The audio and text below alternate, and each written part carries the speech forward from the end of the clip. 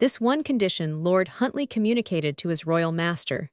It was that York should, as of right he might, assume the style and title of king. James smiled at his Earl Marshal's childish love of gods, and did not doubt that the Duke would pay so easy price for a jewel invaluable as Catherine. But granting this, the king, knowing the noble's despotic character, required one condition also on his part, that he should first announce the intended union to the lady, and that it should not have place without her free and entire consent. Huntly was surprised. "Surely, my liege," he began, "if your majesty and I command." "Our sweet Kate will obey," interrupted James. "But this is no mere marriage of policy. Hazards, fearful hazards may attend it. Did I not believe that all would end well by the holy rood he should not have her, but she may see things with different eyes, she may shrink from becoming the wife of an exile, a wanderer without a home, yet that need never be." York little guessed the projects of his royal friend. Love, in its most subtle guise, had insinuated itself into his soul, becoming a very portion of himself. That part of our nature, which to our reflections appears the most human, and yet which forms the best part of humanity, is our desire of sympathy. The intense essence of sympathy is love. Love has been called selfish, engrossing, tyrannic as the root, so the green leaf that shoots from it. Love is a part of us. It is our manifestation of life, and poisonous or sweet will be the foliage according to the stock.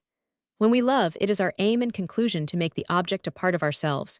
If we are self-willed and evilly inclined, little good can arise. But deep is the fount of generous, devoted, godlike feeling, which this silver key unlocks in gentle hearts. Richard had found in the Lady Catherine a magic mirror, which gave him back himself, arrayed with 1,000 alien virtues. His soul was in her hands, plastic to her fairy touch, and tenderness and worship and wonder took his heart, ere passion woke, and threw a chain over these bosom guests, so that they could never depart. A mild, yet golden light dawned upon his soul and beamed from it, lighting up creation with splendor, filling his mind with mute, yet entrancing melody. He walked in a dream, but far from being rendered by his abstraction morose or inattentive to others, never had he been so gay, never so considerate and amiable. He felt that, beneath the surface of his life, there was the calm and even the bliss of paradise, and his lightest word or act must be, by its grace and benevolence, inconquered with the tranquil spirit that brooded over his deeper hidden self. All loved him the better for the change, save Frion. There was something in him that the wily Frenchman did not understand. He went about and about, but how could this man of low-thoughted care understand the holy mysteries of love? Catherine accompanied her father to Gordon Castle, in Aberdeenshire. Where was the light now that had made a summer noon in Richard's soul? There was memory. It brought before him her cherub face, her voice, the hours when at her side he had poured out his overbrimming soul in talk, not of love, but of ideas, feelings, imaginations he had never spoken before. 2 days passed, and by that time he had collected a whole volume of things he wished to say, and she was far. Then hope claimed entrance to his heart, and with her came a train he dreamt not of fears, anticipations, terror, despair, and then a tenfold ardor for his enterprise. Should he not win Catherine and a kingdom? On the 3rd day after her departure, King James informed the prince that Lord Huntly had invited them to visit him at his castle. "Will your grace venture," he asked, "so far into the frozen circles of the icy north? You will traverse many a savage defile and wild mountain-top. Torrents and dark pine forests bar the way, and barrenness spreads her hag's arms to scare the intruder. I speak your language, the effeminate language of an Andalusian, who loves the craggy heights, only when summer basks upon them, and the deep sunless dell, when myrtles and geranium impregnate the air with sweets. I love the mist and snow, the tameless winds and howling torrent, the bleak unadorned precipice, the giant pines where the north makes music. The grassy upland and the cornfield, these belong to man, and to her they call nature, the fair, gaudy dame. But God takes to himself and lives among these sublime rocks, where power, majesty, and eternity are shaped forth, and the grandeur of heaven-piercing cliffs allies us to a simple but elevating image of the Creator." King James was a poet and could feel thus. York might smile at his enthusiasm for the bleak and horrific. But had the path to Gordon Castle been 10 times more frightful, the thoughts of love were roses, the hopes of love vernal breezes to adorn it with beauty. "Say, my lord," continued James, "shall we go throwing aside the cumbrous burthen of pomp? We are here in Perth. Yonder, over those peaks, lies our direct path. Shall we, 2 woodland rovers, with bows in our hand and quivers at our back, take our solitary way through the wild region? It is my pastime ofttimes so to do, and well I know the path that leads me to the abode of my cousin Kate. We will send our attendants by the easier path to the eastern seashore, at once to announce our approach, and bear such gear as we may need, not to play too humble a part in Huntly's eyes. 1,000 motives of policy and pride had induced the Earl to desire that this marriage should be celebrated in the Highlands. Here he would appear almost a sovereign to his royal son-in-law. Here also he should avoid the sarcasms of the Tudor party and the anger of those who had pretended to fair Catherine's hand. James consented to his wish, and now led his friend and guest, through the very heart of his craggy kingdom over the Grampians, towards Aberdeen. It was the end of October. A few sweet autumnal days still lingered among these northern hills, as if to light on their way the last feathered migrators hastening towards the south, but dark mists invested their morning progress. The rivers were swollen, and the mountain peaks often saluted the rising sun, garmented in radiant snow. It was a little drear, yet grand, sublime, wondrous. York suppressed his chilling distaste, till it grew into admiration. The king played the guide featly, and the honored name of the Bruce which peopled this region with proud memories was the burthen of many a tale, nor was his account of the fierce people of these wilds unwelcome to a warrior. York remarked that the king was generally known to them, not indeed as a monarch, but as a hunter, a traveler, sometimes as a skillful mediciner or as a bard, and always hospitably received. After 3 days they drew near their journey's end. Curiosity as to the cause of their visit, anxiety concerning his reception, all faded in Richard's heart, dimmed by the glad expectation of seeing her again, who had donned the glowing orient of his darkened heart. They had departed from their rude shelter before the sun rose. The mountain peaks were awake with day, while night still slumbered in the plain below. Some natural sights speak to the heart more than others, wherefore we know not. The most eloquent is that of the birth of day on the untrodden hilltops, while we, who behold it, are encompassed by shadows. York paused. The scene appeared to close in on him, and to fill him, even to overflowing, with its imagery. They were toiling up the mountain's side. Below, above, the dark pines in many a tortuous shape clung to the rifted rocks. The fern clustered round some solitary old oak, while beetling over were dark frowning crags or the foldings of the mountains, softened into upland, painted by the many-colored heather.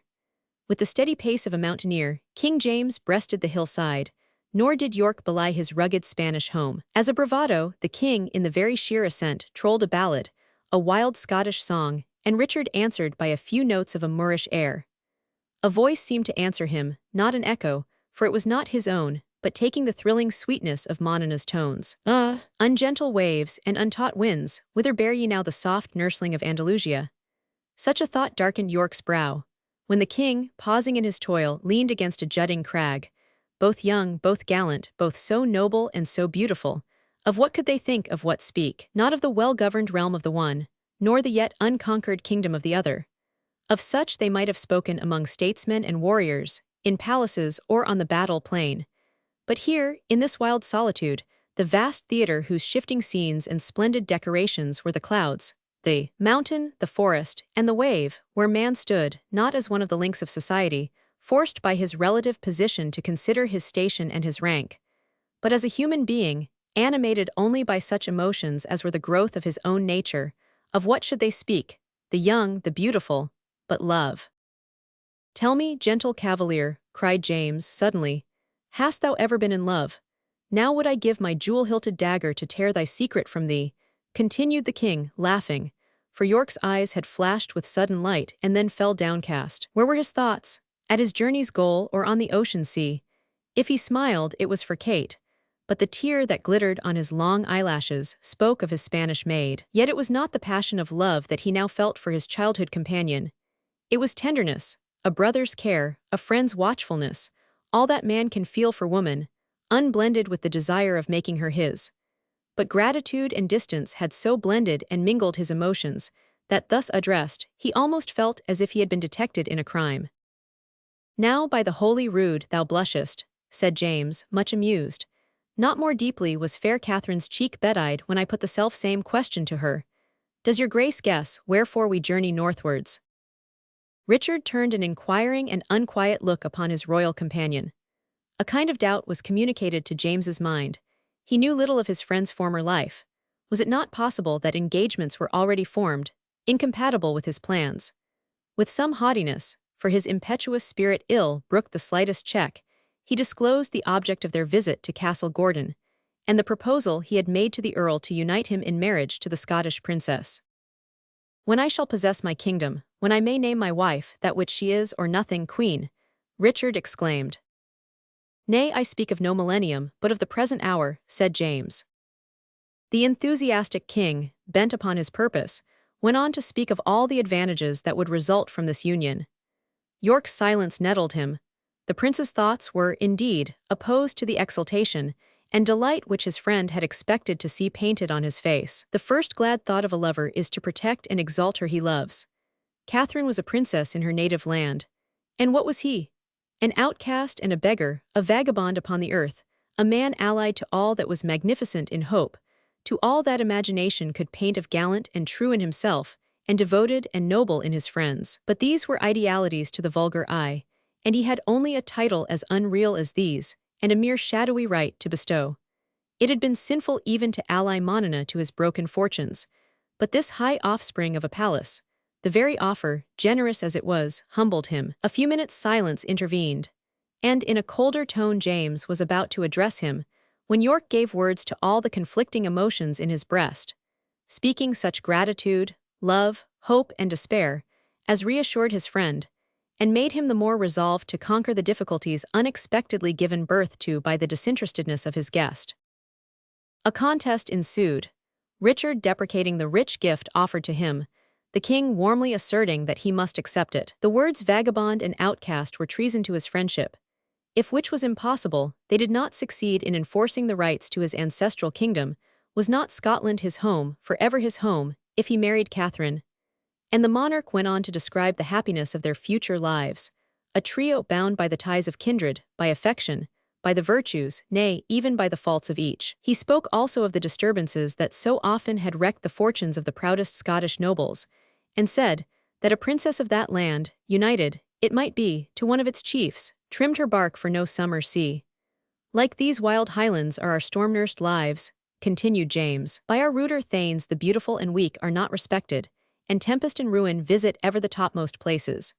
Kate is familiar to such fears, or rather to the resignation and courage such prospects may inspire. Look around on these crags. Listen, the storm is rising on the hills, howling among the pines. Such has been my cousin's nursery, such the school which has made her no slave of luxury, no frail floweret, to be scared when the rough wind visits her cheek." In such discussions the travelers beguiled the time. The day was stormy, but eager to arrive, they did not heed its pelting. York had a sun in his own heart that beamed on him in spite of the clouds overhead.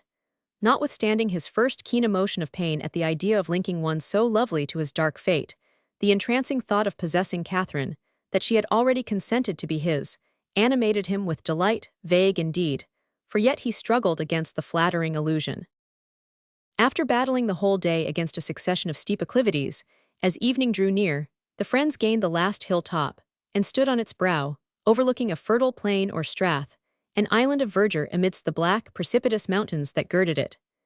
The sun was hidden by the western mountains, which cast their shadow into the valley, but the clouds were dispersed, and the round, full, silvery moon was pacing up the eastern heaven. The plain at their feet was studded by villages, adorned by groves, and threaded by two rivers, whose high, romantic banks varied the scene. An extensive, strongly built castle stood on the hill that overhung one of the streams, looking proudly down on the strath, which contained nearly 36 square miles of fertile ground. "Behold," said James, "the kingdom of Lord Huntly, where he is far more absolute than I in my bonny Edinburgh."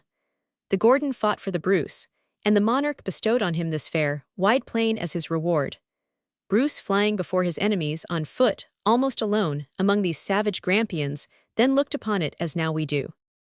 King James's thoughts were full of that wild exhilaration of spirit, which none, save the inhabitant of a mountainous country, knows, when desolation is around, a desolation which is to him the pledge of freedom and of power. But York had other ideas.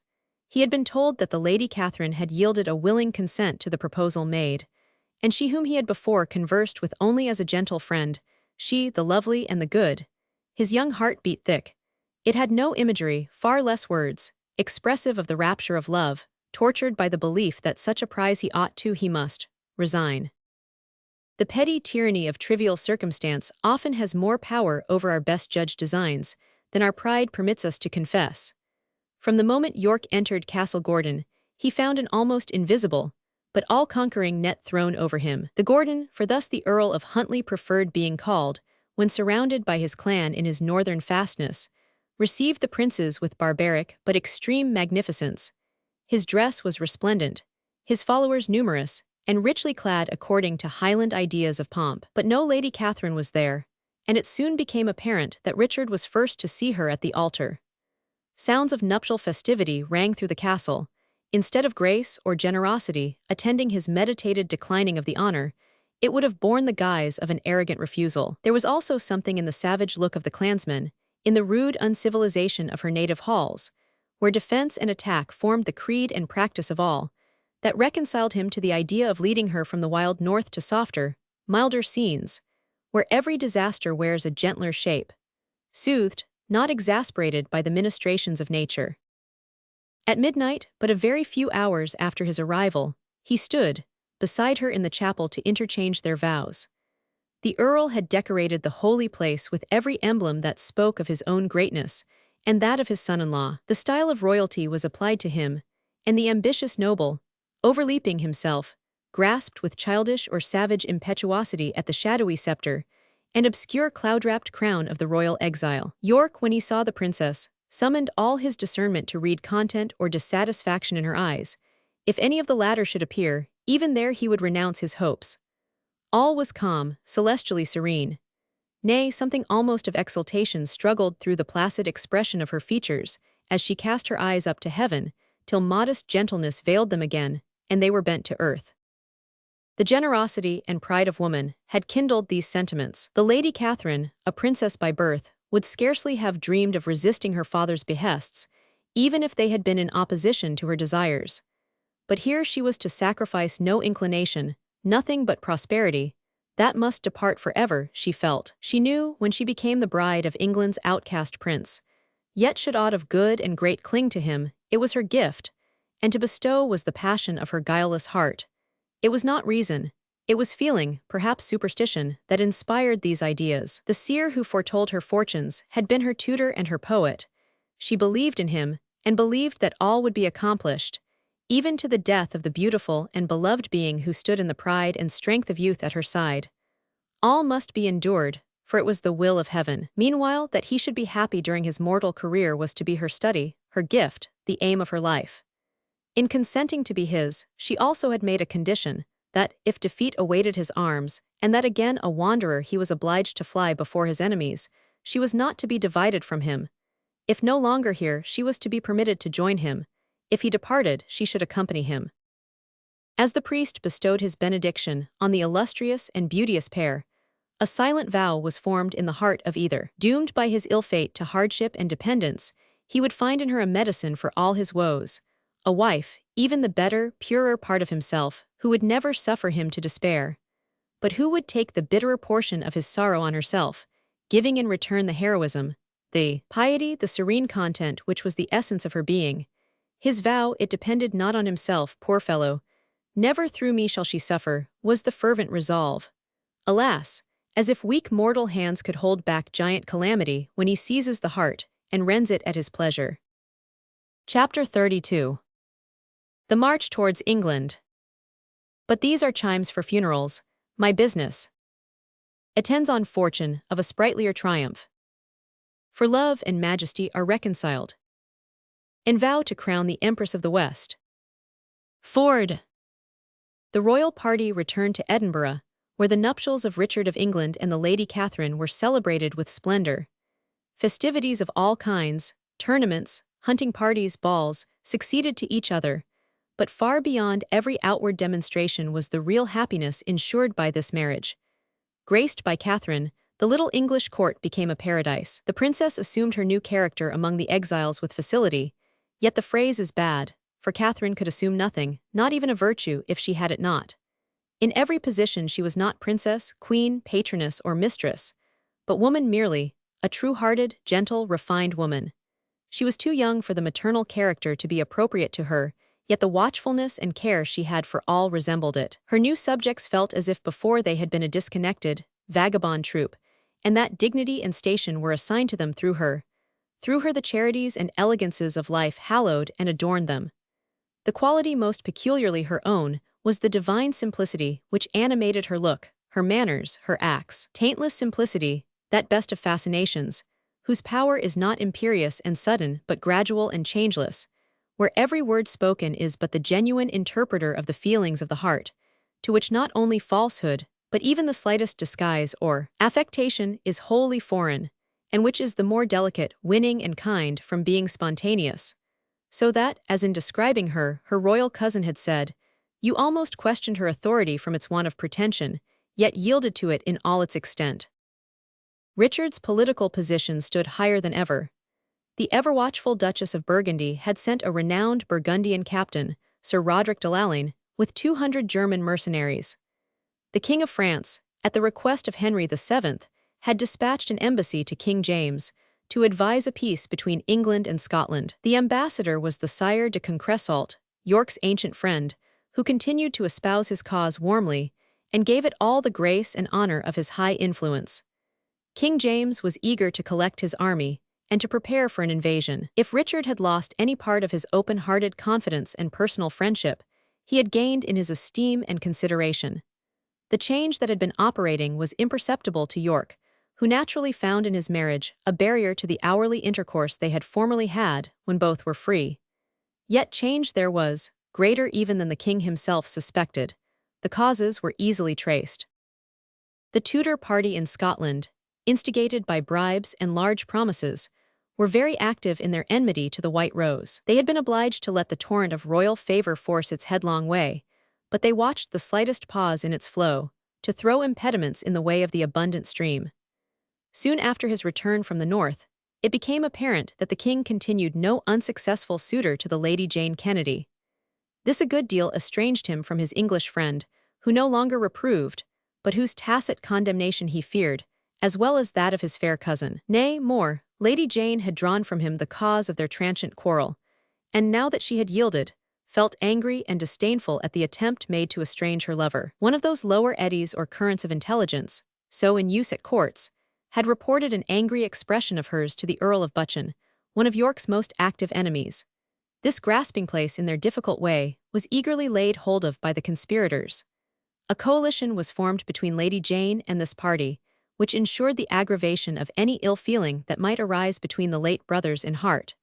Soon after another agent or tool was added to their number. The most subtle, the most politic, the most wily, are sometimes the slaves of impulse.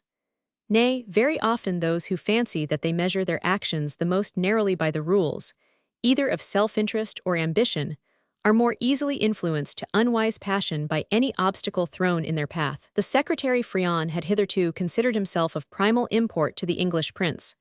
No project was conceived that was not first concocted in his brain and insinuated by him. Every new partisan had been enticed by his silvery speeches. Whatever of difficult, crooked, and hidden was to be done, Frion was consulted and employed and deeply trusted in its accomplishment. On his first arrival in Scotland, the intimacy between the king and York destroyed half his influence. James's discernment and experience was not duped by the insinuating flatteries of Frion. As a proud man he disdained, as a conscientious and pious one, he disliked him. It was worse when Catherine's influence became paramount. She put him exactly in his right place, yet was so kind that there was no room for complaint. All his former patrons were her worshippers, her praises were re-echoed from all, and assuredly no intrigue could exist where she was. Yet it was neither comprehensible, nor to be endured, that this banished prince and his friends should walk straight forward in their allotted route, unaided by plot or maneuver. The subtlety of the man quickly revealed to him the existence of the opposing party. He was ready to foment it, were it only to gain reputation afterwards by its destruction. He made one step, and became the confidant of bombing, and apparently the tool of the higher Confederates. At first, he rather perplexed than served them, spinning spiders' webs in their way, and elevating himself in their eyes by brushing them off at his pleasure. He was exactly the man to shine in a dark conspiracy. Soon nothing could be done but by his advice, nothing known but as he informed them, nothing said but as he dictated. Bombing, who, fierce and moody, entered more zealously into these discontents than any other, yet took his counsel. Little knew they mater Etienne Frion. He only watched the while, sage fisher of men as he was, for the best opportunity of betraying them for his own advantage. In the midst of festivity, of gallant, warlike preparation, Frion had, like a witch gathering poisonous herbs by the silvery light of the quiet moon, sought to extract all that was baleful in what, but for the uses to which he strove to put it, had died innocuous. The winter grew into spring. These were the happiest months of young Richard's life. He had traversed many a pass of danger and tract of sorrow. Falsehood had blotted, loss of friends who had died for him, had darkened the past years. Often during their course he had believed that he gave himself up to despair. He had fancied that he had doubted everyone and everything. He imagined that he was tired of existence, vain ideas. Sanguine, confiding, full to the very brim of that spirit of life which is the happiness of the young, he sprang up afresh ant-o's, each time that fortune with Herculean power had thrown him to the earth. Now he congratulated himself even on every misery, every reverse, every sentiment of despondency that he experienced. There were so many links of the chain that made him what he was, the friend of James, the husband of Catherine. It was this best attribute of sunny-hearted youth, this greenness of the soul, that made Richard so frank, so noble, so generous. Care and time had labored in vain. No wrinkle, no deforming line marked his mind, or that mind's interpreter, his open, candid brow. With the spring the Scottish troops drew together, and encamped near Edinburgh. The occasion seemed seasonable, for news arrived of disturbances which had taken place in England, and which had caused Henry VII to recall the Earl of Surrey, who was conducting an army northward to oppose the expected attack from Scotland, to check and defeat enemies which had arisen in the west of his kingdom. The inhabitants of Cornwall, vexed by increasing taxes, had long been in a state of turbulence, and now, instigated by two ringleaders from among themselves, combined together and rose in open and regulated rebellion. Sedition, it might have been called, and had perhaps been easily crushed but for the interference of one who acted from designs and views which at first had made no part of the projects of the insurgents. Lord Audley had not forgotten the White Rose. On his return westward, however, he found all so quiet that no effort of his could rouse the rich and satisfied men of Devon from their inglorious repose. His imprudence attracted attention. He had notice of the danger of an arrest, and suddenly resolved to quit the post he had chosen and to join the Duke of York in Ireland. He came too late. The English squadron had sailed, and he, changeful as the winds and as impetuous, despising a danger now remote, resolved to return to England and to Devonshire. His voyage from Cork to Bristol was sufficiently disastrous. Contrary and violent winds drove him from his course into the Atlantic. Here he beat about for several days, till the wind, shifting a point or two to the west, he began to make what sail he could in the opposite direction. Still the weather was tempestuous, and his skiff labored frightfully amidst the stormy waves. Not far from them, during the greatest fury of the gale, was a larger vessel, if such might be called, the helmless, dismasted hull, tossed by the billows, the sport of the winds, as it rose and fell in the trough of the sea. At length the wind lulled, and the captain of the caravel, which indeed might be called a wreck, lowered a boat, and came alongside Lord Audley's vessel, asking whither he was bound. To England was the answer, and the vast reef of clouds lifted on the southern horizon, and showing beyond a streak of azure gave promise of success in their voyage. The questioner, who spoke English imperfectly, went on to say that in spite of the miserable state of the caravel, he was resolved not to desert her, but to carry her, God willing, into the nearest French port he could make. But there was on board one sick, a woman, whom he wished to spare the dangers and privations of the voyage. Would the commander take her to England, and bestow her in some convent, where she might be tended and kept in honorable safety? Lord Audley gave a willing consent, and the boat went off speedily, returning again with their stranger passenger. She was in the extremity of illness, even of danger, and lay, like a child, in the arms of the dark, tall, weather-beaten mariner, who, though squalid in his appearance from fatigue and want, stood as a rock that has braved 1,000 storms. His muscles seemed iron, his countenance not. Stern but calm and resolved, yet tenderness and softness were in the expression of his lips, as he gazed on his fragile charge, and placed her with feminine gentleness on such rude couch as could be afforded. Then addressing Lord Audley, "You are an Englishman," he said, "perhaps a father." "I am an English noble," replied the other. "Confide in my care, my honor, but to be doubly sure, if you feel distrust, remain with us. Yonder wreck will not weather another night." "She has seen the suns of 2 worlds," said the sailor, proudly, "and the blessed Virgin has saved her at a worse hazard. If she perish now, it were little worth that her old captain survived. Better both go down, as if not now some day we shall together. I will confide my poor child to you, my lord. If she recover, she has friends in England. She would gain them, even if she had them not. Not one among your boasted island women is more lovely or more virtuous than my poor, my much-suffering Monina. Lord Audley renewed his protestations. De Ferro listened with the ingenuous confidence of a sailor. He placed several caskets and a well-filled bag of gold in the noble's hand, saying, "The Adalid fills apace. You but rob the ocean. If my child survives, you can give her the treasure you disdain. If she does," and he bent over her, she almost seemed to sleep, so oppressed was she by feebleness and fever. A tear fell from her father's eye upon her brow. "And she will, Saint Mary guide us, we shall attain." Such was the strange drama acted on the wide, boundless sea. Such the chances that restored the high-minded Andalusian to England, to the White Rose, to all the scenes, to every hope and fear which she had resolved to abandon forever. For good or ill, we are in the hands of a superior power. There's a divinity that shapes our ends. Rough you them how we will. We can only resolve, or rather endeavor, to act our parts well, such as they are allotted to us. Little choice have we to seek or to eschew our several destinations. With Monina at his side, and his own restless ambition as a spur, it may be easily imagined what Lord Audley's projects were in joining the Cornish insurgents. He led them from the western extremity of the island towards Kent, where he hoped to find the seeds of rebellion to Lancaster, which he had sown the year before, ripened into harvest. News of the unimpeded march of the insurgents from Cornwall to the neighbourhood of London was brought to Edinburgh, freshening the zeal and animating the preparations for war. Already the Scottish army was encamped south of Edinburgh. The English troops set up their tents among them. The day was fixed for the departure of the king, the prince, and the noble leaders. They quitted Edinburgh in all the pompous array of men assured of victory. James loved the hopes and stirring delights of war. Richard saw his every good in life dependent on this expedition, and fostered sanguine expectation of triumph. The burning desire of asserting himself, of rewarding his faithful friends, of decorating Catherine with the rank and honors due to her, the belief that he should achieve all this, gave dignity and even gladness to his last adieu to his lovely wife. Her heart mirrored his hopes, not that she entertained them for her own, but for his sake. Yet the quicker sensibilities of a woman imparted fears unknown to him. She concealed them, till when, as her last office and duty, she had fastened an embroidered scarf around him. Softly, whisperingly, as fearful of paining him, she said, "You will return, you have a kingdom here. Though England prove false, you must not disdain to be sole monarch of Catherine."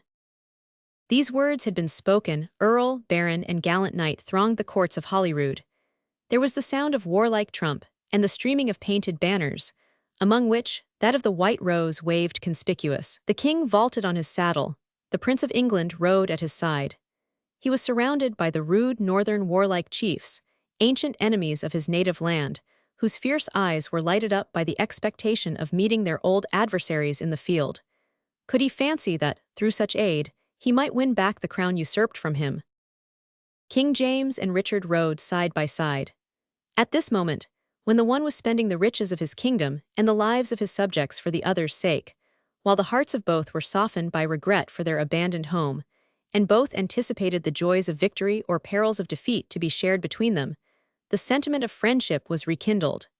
Never had they been more cordial, more confidential, more happy in each other's society. After several hours' ride, the short spring day declined to evening, which was accompanied by a drizzling rain. The bad roads and the darkness impeded their progress, and it was night before the twinkling camplights appeared in the distance, and the hum of men was heard. To the right of the camp, surrounded by the tents of his nobles, the royal pavilion was pitched. On their arrival, the Earl of Buchan was in readiness to hold the king's stirrup. "Nay," said James, "first we will see our royal guest lodged. Where is the tent of his Grace of England? We commanded it to be pitched in close neighbourhood to our own." "Please you, my liege," said Buchan, "Lord Moray gave direction it should be placed out of our line. It is set up a mile eastward of us."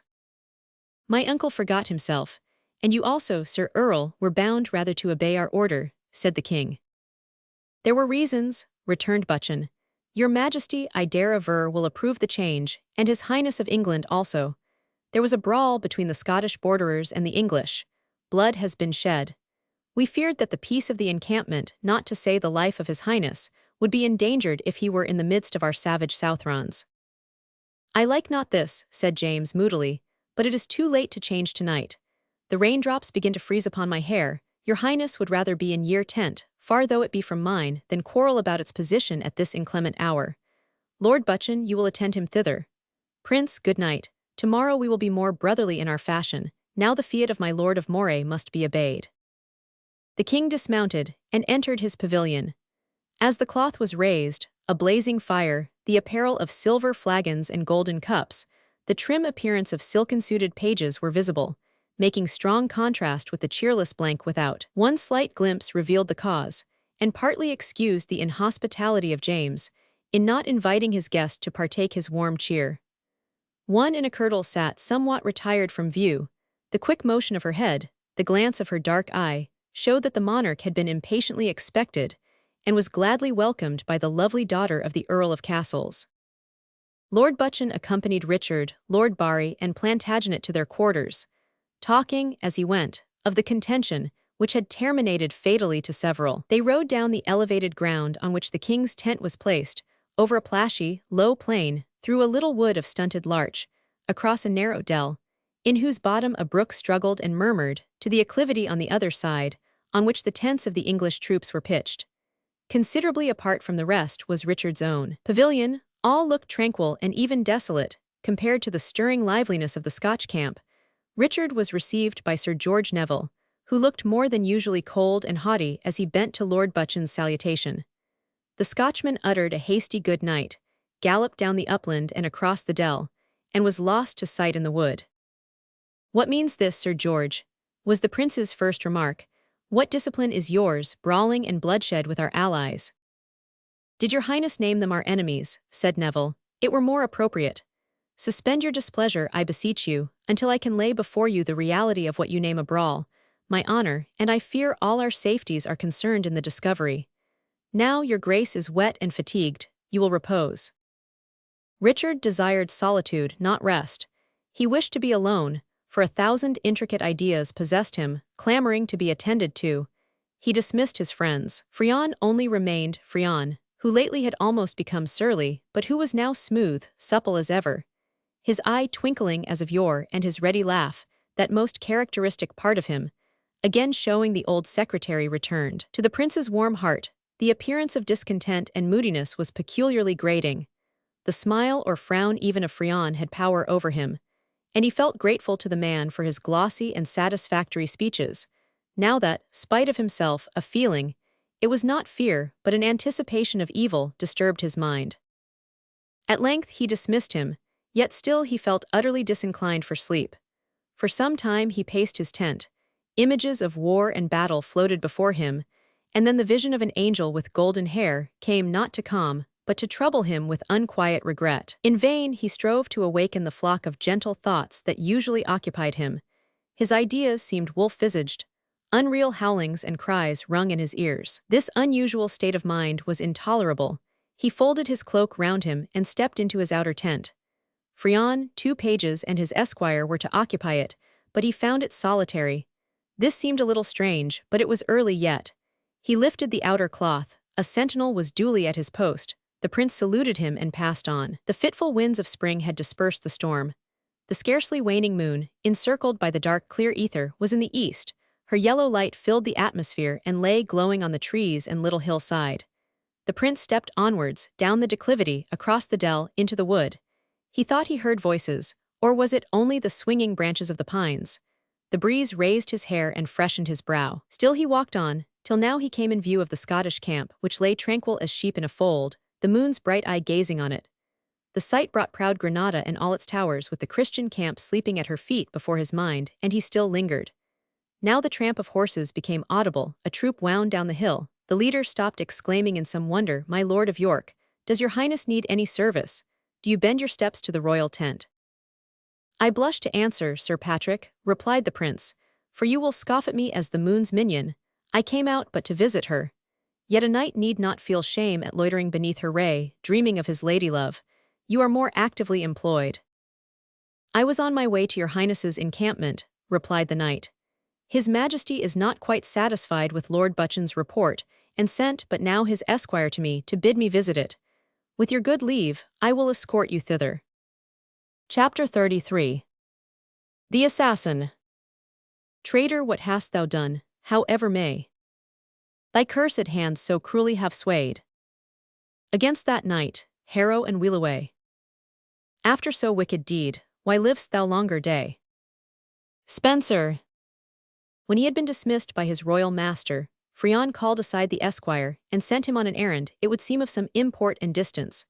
For the youth uttered a few forcible interjections, and with a lowering brow drew on the riding boots he had just doffed, muttering, I must treat my horse better than my lord treats me, so master seek a fresh steed. By my fay, this is to become a squire of dames, a love token to the duchess, in good hour.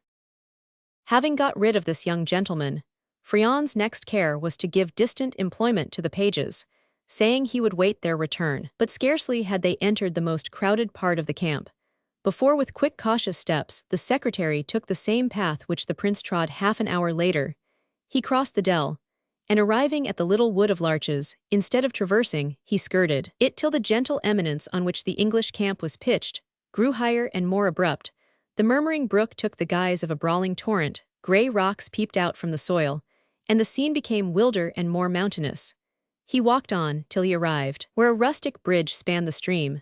Under its shadow were 3 horsemen, 2 of whom dismounted, and a tall servitor held the bridles. One of these men Frion knew at once to be him who called himself Lord Bothwell, King Henry's spy and Richard's fierce, motiveless but ruthless enemy. The other, his bonnet was drawn over his brow, a cloak obscured his person. Frion's quick eyes scrutinized it vainly, for the moon, cloudy at intervals, gave uncertain light.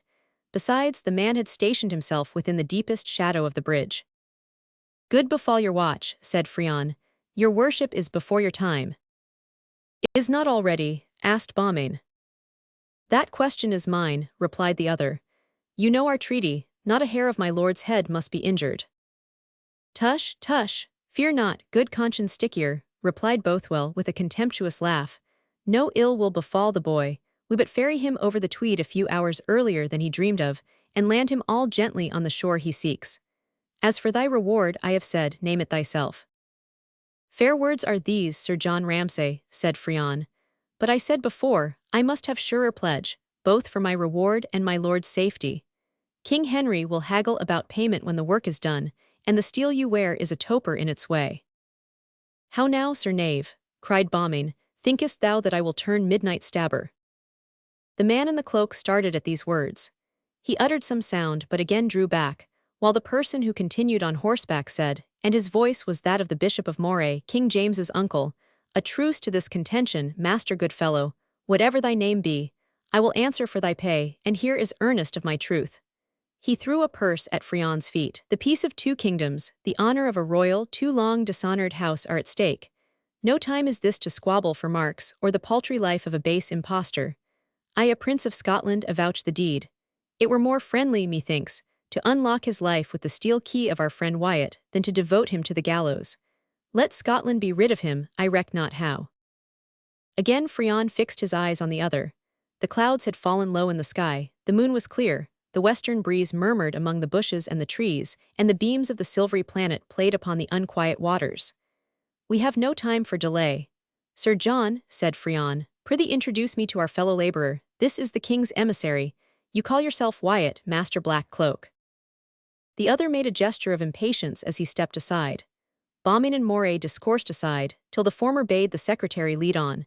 As they went, the Scotchman and Frion conversed in whispers concerning their plans, while their companion followed as if doggedly. Once he cast an impatient glance at the moon, Frion caught that look. Have I found you, good friend, he thought.